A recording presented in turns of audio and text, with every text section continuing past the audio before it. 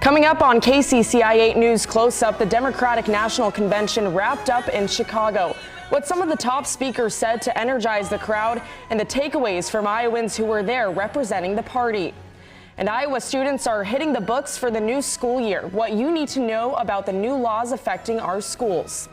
What is the Electoral College and how does it play into the election? We're breaking it down into sports terms to help explain. This is Iowa's news leader. This is KCCI 8 News Close Up. Good morning and thank you for joining us for KCCI 8 News Close Up. I'm Ophelia Jacobson. Democrats kicked off their convention Monday in Chicago, highlighting President Biden's accomplishments. Although Democrats already nominated Vice President Kamala Harris and Minnesota Governor Tim Walz in a virtual roll call earlier this month, Walz officially accepted the nomination on Wednesday, and Harris did the same on Thursday. Harris first spoke to the crowd on Monday, thanking President Biden. She highlighted unity and a shared vision for the future. Joe, thank you for your historic leadership, for your lifetime of service to our nation, and for all you will continue to do. We are forever grateful to you.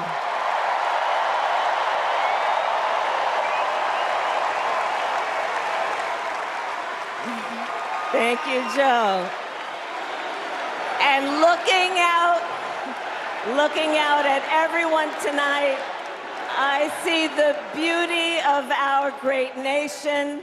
People from every corner of our country and every walk of life are here, united by our shared vision for the future of our country. And this November, we will come together and declare with one voice, as one people, we are moving forward.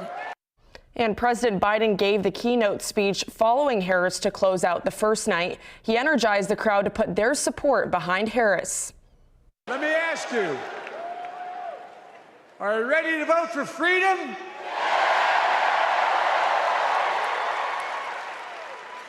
Are you ready to vote for democracy and for America? Let me ask you, are you ready to elect Kamala Harris and Tim Walz, President and Vice President of the United States?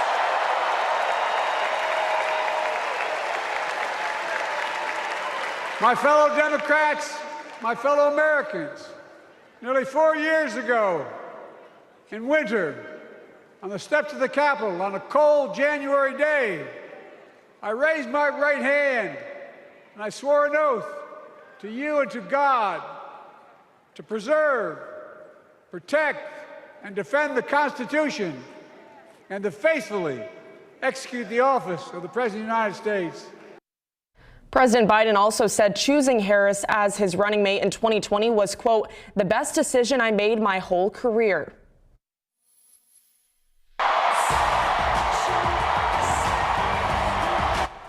Former U.S. Secretary of State Hillary Clinton also made remarks during the first day, where she walked out to a standing ovation and cheers from the crowd. Clinton mentioned running for president in 2016, saying being the Democratic nominee was the honor of her life, and she has kept her eyes on the future. But she said now the future is here.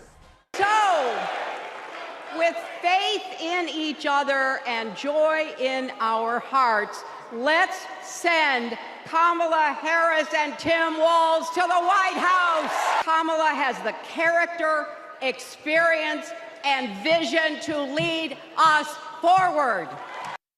Now, the second night of the DNC featured a festive display of unity behind Harris and Walz, with speeches by former First Lady Michelle Obama, former President Barack Obama, and Second Gentleman Doug Emhoff.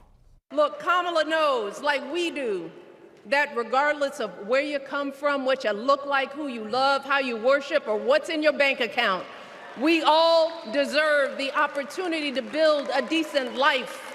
All of our contributions deserve to be accepted and valued. Because no one has a monopoly on what it means to be an American. No one. Michelle then welcomed her husband to the stage. Former President Barack Obama started out by saying it's good to be home in Chicago.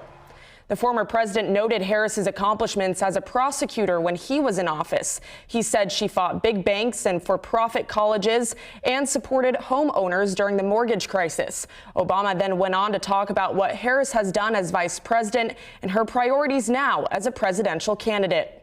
She helped take on the drug companies to cap the cost of insulin, lower the cost of health care, give families with kids a tax cut. And she is running for president with real plans to lower costs even more and protect Medicare and Medicaid and sign a law to guarantee every woman's right to make her own health care decisions. Second gentleman Doug Emhoff spoke about his wife Kamala. He recalled how he and Kamala met and repeatedly illustrated her emotional side. Kamala is a joyful warrior. It's doing for her country what she has always done for the people that she loves. Her passion will benefit all of us when she's our president. And here's the thing about joyful warriors. They're still warriors. And Kamala is as tough as it comes. Other notable speakers during the convention include former President Bill Clinton and Oprah Winfrey. The Iowa Democratic Party had several members in Chicago for the convention last week. Party Chair Rita Hart says the clearest message she's hearing is coming from Republicans. Every speaker that has gotten on this stage has a particular message that they are sending. And these are powerful messages. For one thing, we're hearing from ordinary Republicans who are making the case that they simply cannot support this MAGA agenda that the Republican Party has allowed to take over their party. We need two strong parties in America in order for us to have good policy and to have these Republicans make that case that they are going to vote for Kamala Harris as a way of sending a clear message that something is amiss and that that this party of Trump is not the party that they herald as their own. Tatum Watkins, Iowa's youngest delegate at just 19 years old, attended the convention. She says she's looking forward to keeping the momentum going ahead of the November election when she returns to Grinnell College for the fall semester. I'm back on campus at Grinnell. I'm vice president of Campus Dems, so I'll keep myself busy with a lot of voter registration efforts, helping local candidates with door knocking. We have so many students that ask us, that are trying to figure out if they should vote in their home state or vote in Iowa. And that's probably the biggest thing that we'll focus on. We'll be trying to help people decide what's the best choice for them, and then just really trying to keep the energy sustained until Election Day. And on the topic of back to school, we're sitting down with a lawmaker on the Senate Education Committee to take a closer look at the new laws affecting Iowa classrooms this year. And a little later, we all know the importance of voting, but the Electoral College, how it works, and why it's the deciding factor in an election is a mystery to many. We'll break it down in easy to understand terms.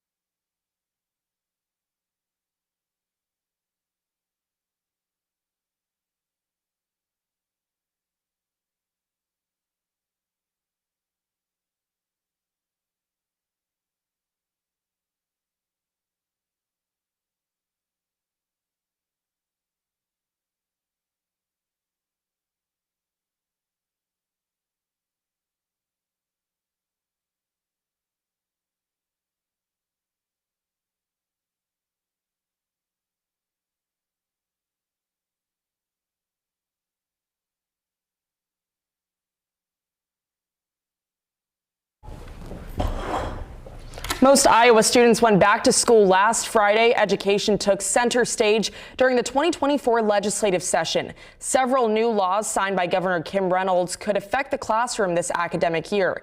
State Senator Herman Quernbach is on the Senate Education Committee. He joins us now to talk about some of the new things students and educators, parents can expect this school year. Thank you so much for joining us this morning. My pleasure. So in your opinion, which new piece of legislation will have the most effect on students this year? Well, the voucher program continues to be expanded. It is greatly exceeding the original estimates as far as cost, and it continues to drain dollars out of the public schools. When I go out and knock on doors, and I'm campaigning for other people this year because I'm not up, but when I talk to the citizens, the voters at their homes, the thing that resonates with them is they say public dollars for public schools, and that's not what's happening. You know, when that program is fully implemented, governor's own estimates, 85% of the dollars will go to families who are already well enough off to be able to afford private school for their kids. So this is a program that continues to expand. They still have some very weak income limits. Next year, the income limits go away. People who are making millions of dollars a year could still get this state subsidy to send their kids to the elite private schools. I think that public schools are underfunded. This last school year alone, $500 million short of keeping up with inflation compared to when Reynolds took over. Next year, it's only going to get worse. So that's a big drain on the budget. And it's a great reduction in quality of education for the kids in the public schools. One of the laws that we saw that gained bipartisan support attempts to address the problem of chronic absenteeism. And in this piece of legislation, if a student misses more than 10% of school days, this new piece of legislation requires schools to notify the county attorney and the child's parent in a letter. And if a child is absent from school for 15% or more of school days, a school official must investigate the cause and initiate a meeting with the student, their parent, and a school official. How do you think this piece of legislation will attempt to address this issue across the state? Well, attendance is important. You can't teach a kid who isn't there. You know, we want the kids in the classroom working with the teachers, working with their fellow students. But the approach here is exactly wrong. It's a punitive approach. All right. We should instead be looking at what are the root causes for absenteeism. Is it because a kid is being bullied? You know, a lot of the emphasis and what we're hearing from the Republican side pushes the schools in the direction of trying to eliminate or erase the identities of LGBTQ students. And that only sends a message that, well, it's okay to bully these kids because they're really not all that important. If that's why a kid is missing school, then, you know, sending in the county attorney or sending in law enforcement is just exactly the wrong approach. It makes the school environment even more threatening than it was before. We should be looking at the fundamental reasons that students are missing schools, address those issues, whether it's bullying or whether it's economic need, a kid has to go out and get a job, or whatever the cause is. We should be focusing on addressing the causes instead of taking this punitive approach. Well, unfortunately, we are all out of time, but thank you so much for joining us this morning on Close Up. We appreciate your time. Okay. And one piece of legislation that got a lot of attention this year allows some school staff to be armed on school property. The new legislation allows teachers and staff who undergo gun safety training and pass a background check to get a professional permit to carry guns in schools. If they do, they would be protected from criminal or civil liability for use of reasonable force. Now, several school districts have expressed to KCCI that they are concerned about losing their insurance. Also new this year, a law shifts some funding from Iowa's area education agencies to school districts. There are no changes to special education funding this school year. School districts will see a change in general education and media service funding this year. The fall of 2025 is when we'll see the biggest shift. The new piece of legislation also sets statewide school funding levels and includes pay raises for new and experienced teachers and education support staff. And still to come, we're taking a closer look at how the Electoral College works and what you need to know headed to the polls in November. And helping Iowans struggling with substance abuse and mental health. We go inside the new center being built right here in Des Moines.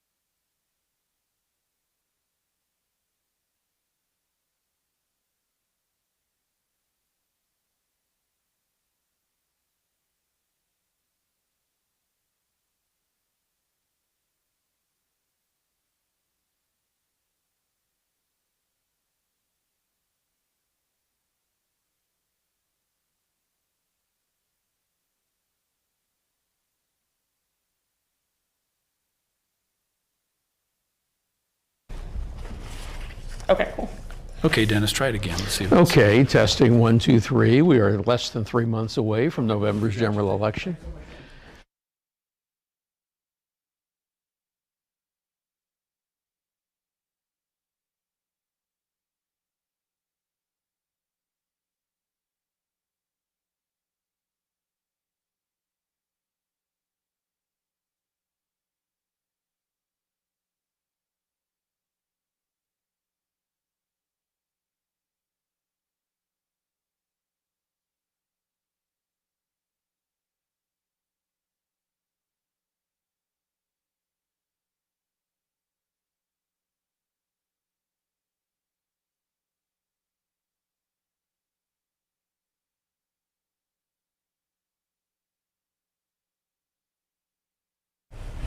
And we are less than 3 months away from November's general election. Here in the United States, the popular vote does not define the winner of the election. Instead, we use what's called an electoral college, which is a group of electors that chooses the president after seeing how voters have cast their ballots. We're joined now by our KCCI political analyst, Dennis Goldford, to explain our election process. So can you first start by explaining how our system is different from other countries? Sure. The odd thing about our electoral system is that for our national government, we do not have truly national elections. The House of Representatives represents the entire country, but no single representative does. The Senate represents the entire country, but no single senator does. The closest thing we have to an elected official who can claim to represent the entire country, of course, is the president. The president, however, because of this system, doesn't run in a single national election. The president runs in 51 separate elections, the 50 states in Washington, D.C. And so what are some of the benefits and drawbacks to electing a president in this way? The founders are very concerned about how to balance majority rule and individual rights. We live in what's called a liberal democracy, and liberal doesn't mean democratic in that sense. It means simply that majorities rule, but not over everything. So they were concerned to find a balance in this regard. And if you think for a moment, Iowa's population is about 3.1 million people. California's population is about 39.1 million people. So the idea is you don't want smaller states to get swallowed up by the bigger states. And so I hear that you have a wonderful way to break down the Electoral College. Let's get right into it, kind of explain and talk us through in simple terms how this process works. Sure. If we imagine a hypothetical, say, baseball playoff, a game, and or a set of games, and we have 3 games, so we might say Team A and Team B. So if Team A beats Team B 1-0 in the first game, and then Team A beats Team B again 1-0 in the second game, but suppose Team B beats Team A 4-0 in the third game. And so if you add up those total runs, who's actually won? Well, obviously, the way we've set this up, it depends upon whether you count games or runs. Because Team B scored 4 runs to Team A's 2, that would be like counting the popular vote for the president. But we count games, not runs. So the question is, how many states did you win, regardless of how many votes you got in a particular state? And not all states have the same number of value for the election, of course. California has 54 electoral votes. Iowa has 6 electoral votes. And so I know you already kind of touched on this, but why not just let the popular vote decide, make it easy for everyone to decide the president? The founders wanted the people at large to have a voice in these sorts of decisions, but at the time they didn't want the people themselves to make those decisions. The Electoral College is not, it's a term we use, they're called electors generally, but they're not a permanent body of people. Each state decides how to allocate its electors and decide who its electors will be. So the framers were trying to create a system in which you can balance again that concern for majority rule, not to tyrannize minorities, but at the same time they certainly wanted majorities to have a voice.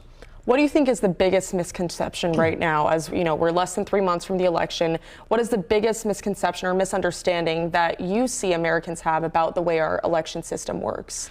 Well, a lot of folks aren't aware that it's not really the popular vote that counts. I mean, if the popular vote counted directly, then you'd want to run up the score, so to speak, in any particular state.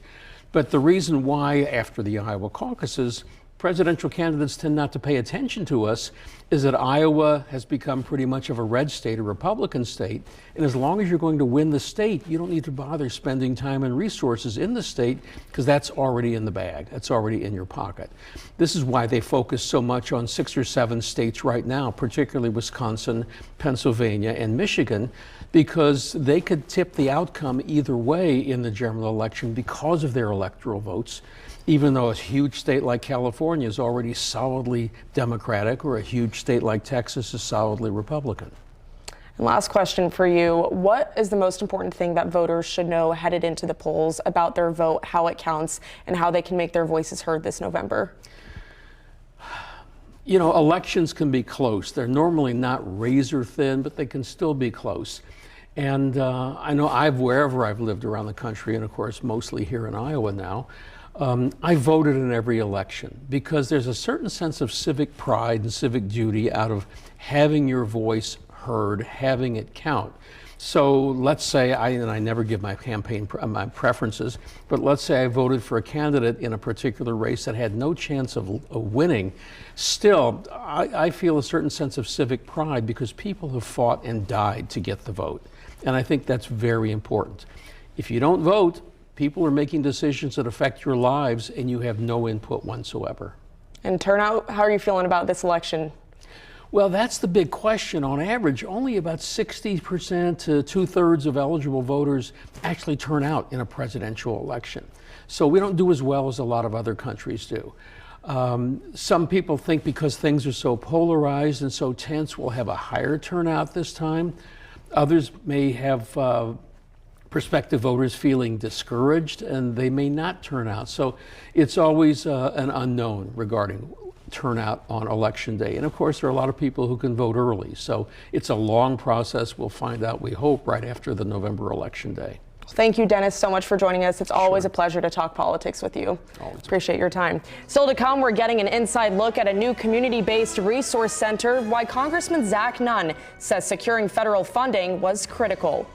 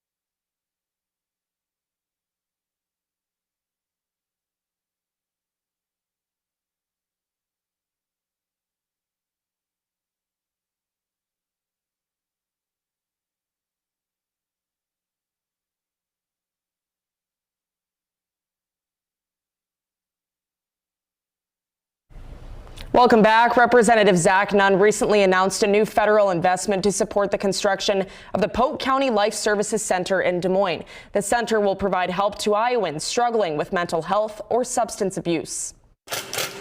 Construction is underway at the future site of the Polk County Life Services Center in Des Moines. It's set to open in October.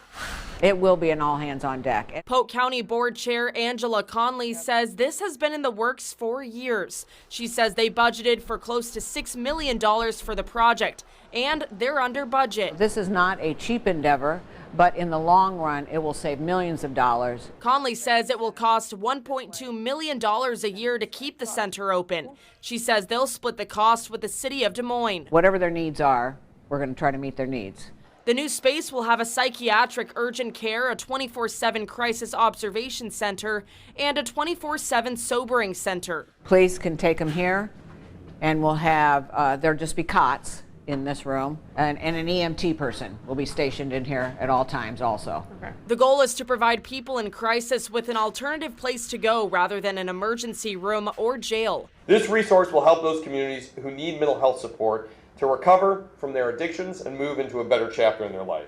Congressman Zach Nunn was at the center Monday to announce a $750,000 federal investment to support the project. The money was secured through the community project funding process. It was included in the Consolidated Appropriations Act of 2024, signed into law in March. Nunn says there's a real need for the center. When we look at Iowa, we look at things that are addictive, like drinking. And challengingly, the state of Iowa, it ranks second when it comes to excessive drinking.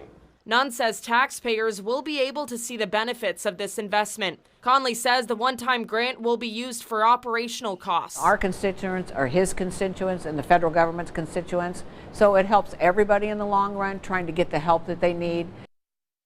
Thank you for joining us for KCCI 8 News Close Up. We will see you back here next Sunday. Have a great day.